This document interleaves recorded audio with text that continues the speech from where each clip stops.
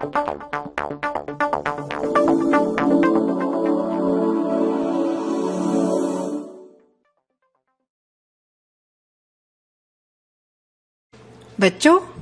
चलो आज एक नया पाठ सीखें। ये व्याकरण का एक विशेष पाठ है, विशेषण, एडजेक्टिव। विशेषण की परिभाषा इस प्रकार है: जो शब्द संज्ञा या स्वरनाम की विशेषता बताएं उन्हें विशेषण कहते हैं। जैसे कुछ उदाहरण देखिए: काला, बड़ा, दयालु, कायर आदि।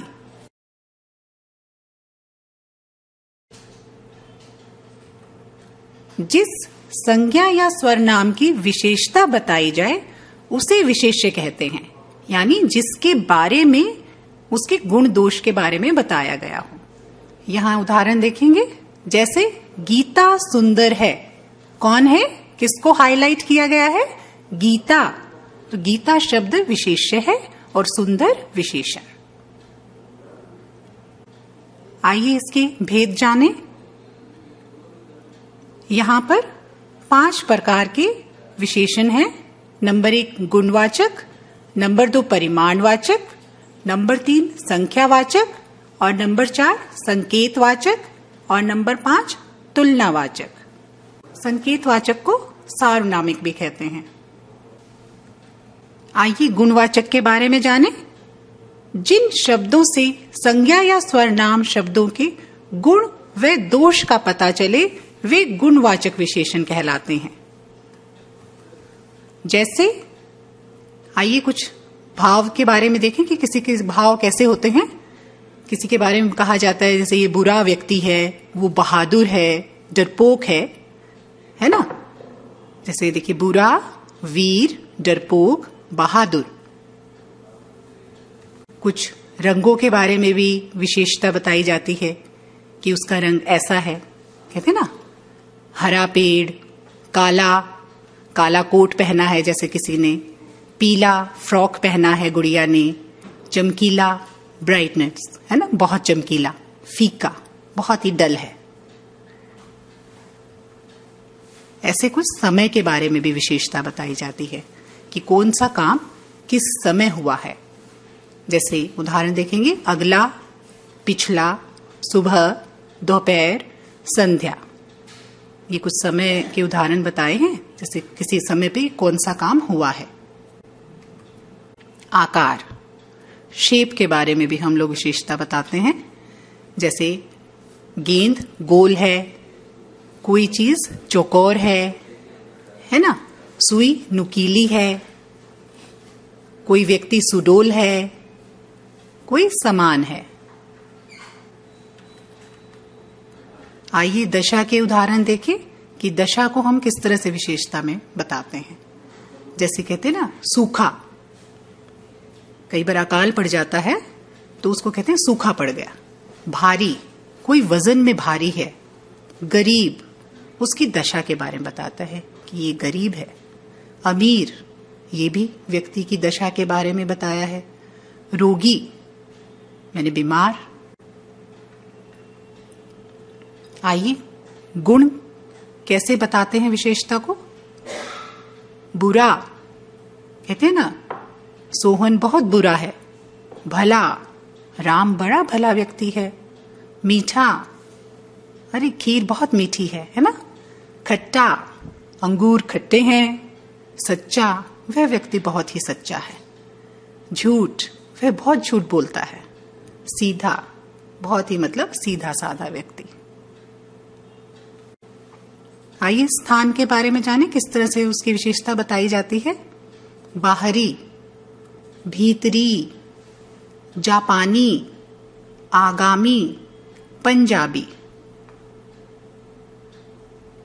दिशा, डायरेक्शन, कहते हैं ना, ये उत्तरी दिशा में है ये जगह। इस तरह से उदाहरण हम लोग दे सकते हैं, उत्तरी, पूर्वी, दक्षिणी और पश्चिमी। आगे दूसरा देखेंगे, परिमाणवाचक विशेषण।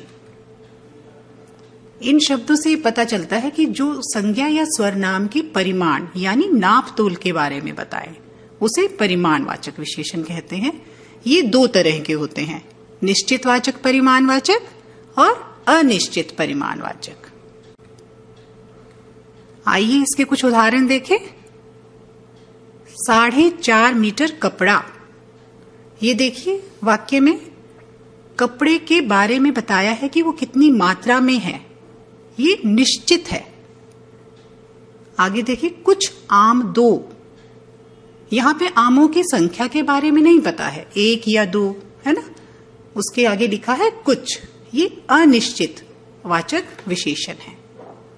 10 किलो चीनी, इसमें निश्चितता बताई है कि चीनी कितनी है, 10 किलो, ये निश्चितवाचक विशेषण है। थोड़ी सी मिर्च, यहां पर मिर्च के बारे में नहीं बताया कि वो कितनी मात्रा में है, इसलिए ये अनिश्चित विशेषण कहेंगे। ऐसे ही 2 लीटर दूध, ये निश्चित है। थोड़ा गर्म दूध कर दो, इसमें थोड़ा शब्द अनिश्चित है। तीसरा विशेषण है संख्यावाचक विशेषण। इस शब्द से ही पता चल रहा है कि किसी संज्ञा या स्वर नाम की संख्या के बारे में बताया जाता है। तो इसकी परिभाषा हम लोग ऐसे कहेंगे, जिन शब्दों से संज्ञा या स्वर नाम की संख्या का पता चले उन्हें संख्यावाचक विशेषण कहते हैं। जैसे 1, 2, दुगुना, 5 आदि। इसके भी 2 तरह के उदाहरण आप देखिए। निश्चितवाचक, आइए निश्चित संख्यावाचक के बारे में जानें। एक लड़की स्कूल जा रही है।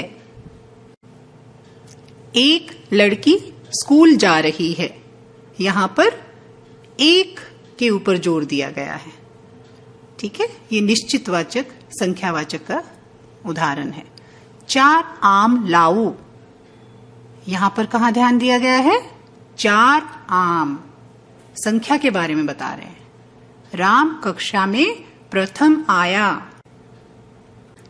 अनिश्चित संख्यावाचक विशेषण। इसके उदाहरण देखिए। बहुत सारे बच्चे, मतलब संख्या के बारे में निश्चित नहीं है, पक्का नहीं है, इसलिए कह दिया बहुत सारे बच्चे। आगे कुछ रुपए दे दो, इसमें कुछ रुपए, रुपयों की संख्या के बारे में नहीं बताया गया है। आगे देखें, थोड़ा अनाज लाना, यहां पर भी नहीं बताया है कि अनाज कितना लाना। आगे देखें संकेतवाचक विशेषण के बारे में। जो शब्द किसी संज्ञा या स्वर नाम की तरफ संकेत करते हैं यानी इशारा करते प्रतीत होते हैं, उन्हें संकेतवाचक विशेषण कहते हैं। जैसे ये लड़का बहुत शरारती है। कौन है? ये, इशारा किया गया है। वह दिल्ली गया है, यहां भी इशारा किया गया है। कुर्सी यहां रख दो, यहां भी ये बताया गया है कि कुर्सी यहां रखनी है, कोई एक जगह निश्चित की गई है। एक अन्य विशेषण भी है, उसे तुलनावाचक विशेषण कहते हैं। तुलनावाचक विशेषण जहां पर किसी संज्ञा या स्वर नाम की तुलना की गई हो किसी से। ये शब्द 3 स्तर पर इस तरह करते हैं तुलनावाचक शब्दों का प्रयोग। जैसे नंबर 1 मूलावस्था, नंबर 2 उत्तरावस्था और नंबर 3 उत्तमावस्था। आइए इन अवस्थाओं में देखें कि कैसे तुलना करते हैं। मूलावस्था में उदाहरण देखें, राजू बलवान है। यहां पर राजू के बारे में क्या बताया है कि वो बलवान है। और उत्तरावस्था में देखें उदाहरण, राजू महेश से बलवान है। यहां पर महेश से उसकी तुलना की गई है। और आगे है उत्तमावस्था। इसका उदाहरण देखें, राजू अपने सभी मित्रों में सबसे बलवान है। यहां पर उत्तमावस्था कहेंगे, मतलब उसके जितने भी मित्र हैं वहां पे वो सबसे बलवान है। Thank you.